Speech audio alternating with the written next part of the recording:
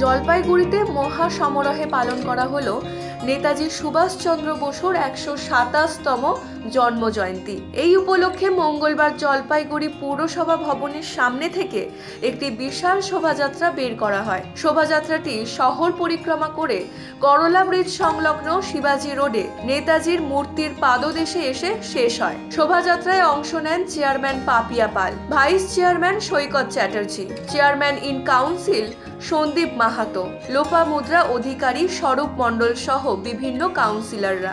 পাশাপাশি বিভিন্ন স্কুলের ছাত্রছাত্রীরা, পুলিশ ব্যান্ড পার্টি, দমকল বাহিনীর বাইক প্রতিনিধিরা, ট্যাবলো ও পুরসভার আধিকারিক ও কর্মীরা ছিলেন এই শোভাযাত্রায়। এদিন নেতাজি মূর্তি প্রাঙ্গণে জাতীয় পতাকা উত্তোলন করেন চেয়ারম্যান পাপিয়া পাল।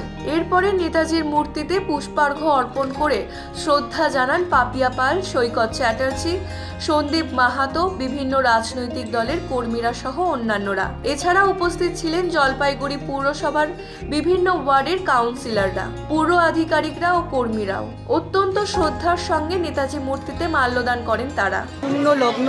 এই পুণ্য লগ্নে দেশনেতা বীর বিপ্লবী নেতাজি সুভাষচন্দ্র বোসের ১২৭তম জন্মদিবস। ১৮৭৯ সালে এই ২৩শে জানুয়ারি তিনি জন্মগ্রহণ করেছিলেন। জলপাইগুড়ি পুরসভার পক্ষ থেকে আজকে তার প্রতি শ্রদ্ধার্ঘ্য নিবেদন করতে আমরা তার মর্মর মূর্তির সামনে এখানে এসে তাকে শ্রদ্ধার্ঘ্য নিবেদন করলাম।